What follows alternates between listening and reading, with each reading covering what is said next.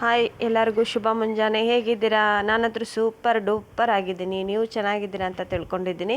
ಬನ್ನಿ, ಇವತ್ತು ನಾನು ನಮ್ಮ ಅಜ್ಜಿ ಹೇಳಿಕೊಟ್ಟ ಮಾವಿನ ಹಣ್ಣಿನ ಗೊಜ್ಜು ಮಾಡೋದು ಹೇಗೆ ಅಂತ ಹೇಳ್ಕೊಡ್ತಾ ಇದ್ದೀನಿ. ಮಸ್ತ್ ಸೂಪರಾಗಿ ಬರುತ್ತೆ ಇದು.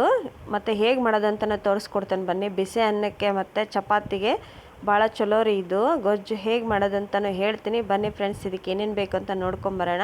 ಇವಾಗ ನೋಡಿರಿ, ನಾನು 2 ಮಾವಿನ ಹಣ್ಣು ತೊಳೆದು ತೊಗೊಂಡು ಇಟ್ಕೊಂಡಿದ್ದೆ. ಈಗ 2 ಮಾವಿನ ಹಣ್ಣು ನೀವು ಹೆಚ್ಕೋಬೇಕು ನೋಡಿರಿ. ನೀವು ತಿನ್ನೋಕೆ ಯಾವ ಥರ ಹೆಚ್ಕೋತಿರಲ್ಲ ಅದೇ ಥರ ಹೆಚ್ಕೊಂಡು ಮಾವಿನ ಹಣ್ಣಿನ ಸಿಪ್ಪೆ ತೆಗೆದು ನೀಟಾಗಿ ನೋಡಿ ಈ ಥರ ಹೆಚ್ಕೋಬೇಕು ಮಾವಿನ ಹಣ್ಣು. ನಮ್ಮ ಅಜ್ಜಿಯರೇ ಅವಾಗ ಇದನ್ನು ಭಾಳ ಮಾಡ್ತಿದ್ರಿ ಗೊಜ್ಜು. ನಾವು ತಿನ್ನೋಕೆ ಇಷ್ಟಪಡ್ತಿರಲಿಲ್ಲ. ಆದರೆ ಇವಾಗ ರೀ ಭಾಳ ಅಂದರೆ ಭಾಳ ಟೇಸ್ಟ್ ಬರ್ತೈತಿ ಇದು. ಒಂದ್ಸಲ ಟ್ರೈ ಮಾಡಿ ನೋಡಿರಿ ಅಂತ ಹೇಳ್ತೀನಿ. ನಮ್ಮ ಅಜ್ಜಿ ಹೇಳ್ಕೊಟ್ಟಿದ್ದು ನೋಡಿರಿ. ಅವಾಗ ನಾವು ಸಣ್ಣ ಮಕ್ಕಳಿದ್ದಾಗ ಮಾವಿನ ಹಣ್ಣು ಹರ್ಕೊಂಬರಕ್ಕೆ ಹೋಗಿ ಸ್ಕೂಲಾಗ ಹೊಡ್ಸ್ಕೊತಿದ್ವಿ ರೀ. ಮತ್ತು ಮನ್ಯಾಗ ಹೊಡ್ಸ್ಕೊತಿದ್ವಿ. ಮಾವಿನ ಹಣ್ಣೆಲ್ಲ ಯಾವ ಥರ ತಂದು ತಿಂತಿದ್ವಿ ಅಂತಲೂ ನಿಮಗೆ ಗೊತ್ತೈತಿ. ನಮ್ಮ ಫ್ರೆಂಡ್ಸ್ ಎಲ್ಲ ಈ ವಿಡಿಯೋ ನೋಡೋಕತ್ತಿರ್ಬೋದು. ಇವಾಗ ಮಾವಿನ ಹಣ್ಣು ಅಂದರೆ ಯಾರಿಗಿಷ್ಟ ಇಲ್ಲ ನೀವೇ ಹೇಳಿ. ಶೀಕರಣೆ ಊಟ ಮಾಡ್ತಿರ್ತಾ, ಮತ್ತು ಮಾವಿನ ಹಣ್ಣಿನ ಸಾಂಬಾರು ಊಟ ಮಾಡಿರ್ತೀರ. ಮಾವಿನ ಹಣ್ಣಿನ ಗೊಜ್ಜು ಯಾವ ಥರ ಮಾಡೋದು ಅಂತಲೂ ತೋರಿಸಿದ್ದೀನಿ. ಸೂಪರ್ ಆದ ರೆಸಿಪಿ ಇದು. ಒಂದ್ಸಲ ಟ್ರೈ ಮಾಡಿ ನೋಡಿ. ಇವಾಗೆಲ್ಲ ನಾನು ಮೇಲ್ಗಡೆದ್ದು ಸಿಪ್ಪೆ ತೆಗೆದು ಹಣ್ಣು ತಗೊಂಡಿದ್ದೇನೆ ನೋಡಿ. ಎಲ್ಲ ಹಣ್ಣನ್ನು ಒಂದು ಜಾರಿಗೆ ಹಾಕ್ಕೊಂಬಿಡಿ ನೋಡಿ. ಈ ಥರ ಒಂದು ಜಾರಿಗೆ ಹಾಕ್ಕೊಂಡು ನೆಕ್ಸ್ಟ್ ಈ ಕಡೆ ನೀವು ಒಂದು ಬಾಣಲೆ ಇಟ್ಕೊಂಡು ಬಾಣಲೆಗೆ ಸ್ವಲ್ಪ ಉದ್ದಿನ ಬೇಳೆ ಮತ್ತು ಒಣ ಕೊಬ್ಬರಿ, ಒಂದು 5 ಒಣ ಮೆಣಸಿನಕಾಯಿ ಹಾಕಿ ಹುರ್ಕೋಬೇಕು ನೋಡಿರಿ. ಇವಾಗ ಒಂದು ಬಾಣಲೆ ಇಟ್ಟಿದ್ದೆ ನಾನು ಕಾಯೋಕ್ಕೆ. ಬಾಣಲೆ ಕಾಯ್ತಿದೆ ನೋಡಿ ಫ್ರೆಂಡ್ಸ್. ಇವಾಗ ಇದು ಕಾದಾದ್ಮೇಲೆ ಸ್ವಲ್ಪ ಉದ್ದಿನ ಬೇಳೆ ಹಾಕ್ಕೋಬೇಕು ನೀವು. ಮಾವಿನ ಹಣ್ಣು ಅಂದರೆ ಯಾರಿಗಿಷ್ಟ ಇಲ್ಲ ಹೇಳಿ. ಒಂದೊಂದು ಸೀಸನ್ನಲ್ಲೂ ಒಂದೊಂದು. ಇವಾಗ ಮಾವಿನ ಹಣ್ಣಿನ ಸೀಸನ್ ಅಲ್ವಾ, ಶೀಕರಣೆ ಊಟ ಮಾಡ್ಬೋದು ಮತ್ತು ಸಾರು ಮಾಡ್ಬೋದು. ಇವಾಗ ಗೊಜ್ಜು ಮಾಡಿಕೊಂಡು ತಿನ್ನಿರಿ ಅಂತ ತೋರ್ಸೋಕೆ ಬಂದೀನಿ. ಬನ್ನಿ ಇವಾಗ ನೋಡಿರಿ, ಉದ್ದಿನ ಬೇಳೆ ಹಾಕಿ ಸ್ವಲ್ಪನೇ ಫ್ರೈ ಮಾಡಿಕೊಂಡೆ. ಅದು ಸ್ವಲ್ಪ ಫ್ರೈ ಆದಮೇಲೆ ಒಣಮೆಣಸಿನ್ಕಾಯಿ ಹಾಕ್ಕೊಂಡು ಫ್ರೈ ಮಾಡ್ಕೊಳ್ರಿ. ಅದ್ರಾಗ ಒಂದು ಸ್ವಲ್ಪ ಒಣ ಕೊಬ್ಬರಿ ಹಾಕ್ಕೋಬೇಕು ನೋಡಿರಿ.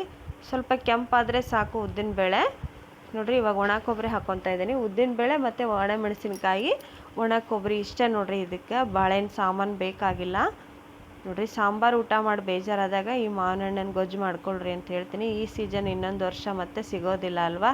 ಇವಾಗ ಸೀಸನಲ್ಲೇ ಮಾಡ್ಕೋಬೇಕು. ಇವಾಗ ಅದನ್ನೇ ನಾನು ಹುರಿದು ಇಟ್ಕೊಂಡಿದ್ನಲ್ಲ ಈ ಕಡೆ ಸೈಡ್, ಆವಾಗಲೇ ನಾವು ಮಾವಿನ ಹಣ್ಣು ಹೆಚ್ಚಿಟ್ಕೊಂಡಿದ್ದೆಲ್ಲ ಅದಕ್ಕೆ ಹಾಕೊಂಡು ಹಾಕತ್ತೇನೆ ನೋಡಿರಿ ನಾನು. ಇವಾಗ ಪೂರ್ತಿ ಅದಕ್ಕೆ ಮಿಕ್ಸ್ ಮಾಡ್ಕೋಬೇಕು ಅಷ್ಟೇ. ನೀವೇನಿಲ್ಲ, ಇದು ತುಂಬ ಈಸಿಯಾಗಿ ಮಾಡ್ಕೋಬೋದು ಗೊಜ್ಜು. 10 ನಿಮಿಷದಾಗೆ ರೆಡಿ ಆಗುತ್ತೆ ನೋಡಿರಿ ಗೊಜ್ಜು.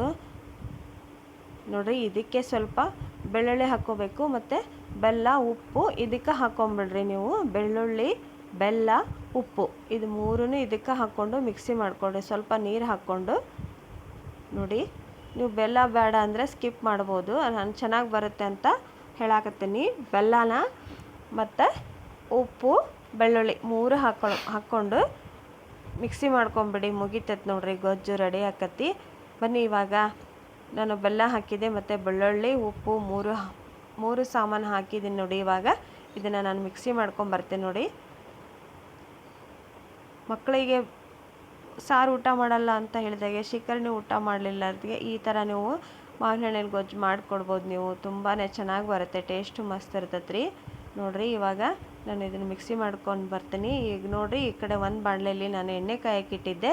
ಇದಕ್ಕೆ ಐತಲ್ರಿ, ಎಣ್ಣೆ ಕಾದಾದ್ಮೇಲೆ ಒಂದು ಸ್ವಲ್ಪ ಸಾಸಿವೆ ಮತ್ತು ಜೀರಿಗೆ, 1-2 ಬೆಳ್ಳುಳ್ಳಿ ಎಸಳು ಕಟ್ ಮಾಡಿ ಇಟ್ಕೊಂಡಿರೋದು. ಮತ್ತು ಇವಾಗ ಎಣ್ಣೆ ಕಾಯಕ್ಕಿಟ್ಟಿದ್ದೆ ನೋಡಿ ನಾನು. ಎಣ್ಣೆ ಕಾದ್ಮೇಲೆ ಜೀರಿಗೆ, ಸಾಸಿವೆ ಕಾಳೆಲ್ಲ ಹಾಕಿ ನೀವೇನು ಒಗ್ಗರಣೆ ಮಾಡ್ತಿರಲ್ಲ ಅದೇ ಸೇಮ್ ನೋಡಿರಿ. ಇವಾಗ ಸಾಸಿವೆ ಕಾಳು ಹಾಕೋಕತ್ತೇನೆ ನೋಡಿರಿ ಫ್ರೆಂಡ್ಸ್ ನಾನು.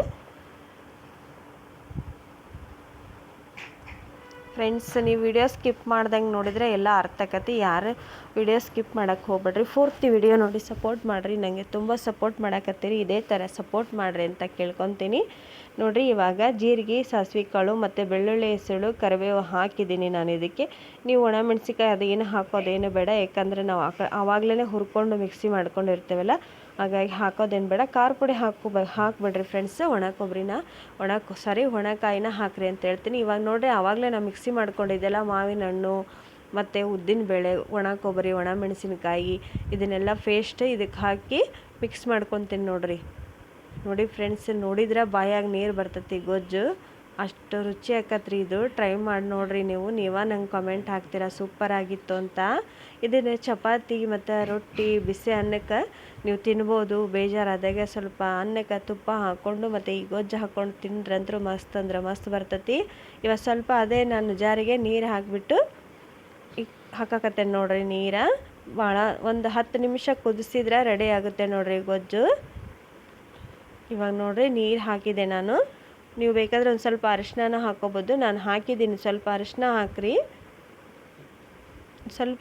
ಹಾಕ್ರಿ, ಯಾಕಂದರೆ ಮಾವಿನ ಹಣ್ಣು ಕಲರ್ ಇರುತ್ತಲ್ಲ, ಹಾಗಾಗಿ ಸ್ವಲ್ಪ ಸಾಂಬಾರು ಪುಡಿ ಬದಲು ಒಂದು ಸ್ವಲ್ಪ ಅರಿಶಿನ ಹಾಕಿದರೆ ಮುಗೀತು.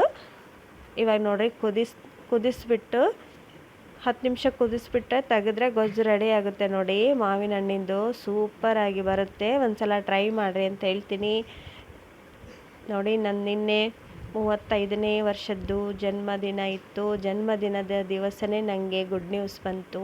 ನನ್ನ 1K ಸಬ್ಸ್ಕ್ರೈಬರ್ ಆದರೂ ತುಂಬ ಖುಷಿ ಆಯಿತು. ನನಗೆ ಇದೇ ಥರ ಸಪೋರ್ಟ್ ಮಾಡಿರಿ. ಇನ್ನೂ ರೆಸಿಪಿ ವಿಡಿಯೋ ಹಾಕ್ತೀನಿ. ಇಲ್ಲ ಸಾಂಗು ನಿಮ್ಗೆ ಯಾವ ಸಾಂಗ್ ಬೇಕು ಅಂತಲೂ ಹೇಳಿದ್ರು ನಾನು ಹಾಡು ಹೇಳ್ತೀನಿ. ಇವಾಗ ನೋಡಿರಿ ಗೊಜ್ಜು ರೆಡಿ ಆಯಿತು. ಮತ್ತು ಈ ಕಡೆ ಬಿಸಿ ಅನ್ನನೂ ಮಾಡಿದ್ದೆ. ಮತ್ತು ಅದಕ್ಕೆ ಸ್ವಲ್ಪ ತುಪ್ಪ ಹಾಕ್ಕೊಂಡು ಗೊಜ್ಜು ಹಾಕ್ಕೊಂಡು ತಿಂದ್ರಂತೂ ಮಸ್ತ್ ಅಂದ್ರೆ ಮಸ್ತ್ ಬರ್ತೈತಿ ನೋಡಿರಿ. ಇವಾಗ ತುಪ್ಪನ ಹಾಕಿದ್ದೆ, ನಾನು ಗೊಜ್ಜು ಹಾಕ್ಕೋತಾ ಇದ್ದೀನಿ. ಬನ್ನಿ ಫ್ರೆಂಡ್ಸ್, ನಾನಿಲ್ಲಿ ಅನ್ನಕ್ಕೆ ಹಾಕ್ಕೊಂಡು ತಿಂತಾಯಿದ್ದೀನಿ. ನೀವು ಬೇಕಾದ್ರೆ ಚಪಾತಿ ರೊಟ್ಟಿ ಹಾಕ್ಕೊಂಡು ತಿನ್ಬೋದು. ಈ ವಿಡಿಯೋ ಇಷ್ಟ ಆದರೆ ಲೈಕ್ ಮಾಡಿ ಮತ್ತು ಸಬ್ಸ್ಕ್ರೈಬ್ ಮಾಡ್ಕೊಳ್ದೆ ನೋಡೋಕೆ ಹೋಗಬೇಡಿ ಫ್ರೆಂಡ್ಸ್. ಮತ್ತೆ ಸಿಗ್ತೀನಿ. ಏನಾದರೂ ತಪ್ಪಿದ್ರೆ ಕ್ಷಮಿಸ್ರಿ.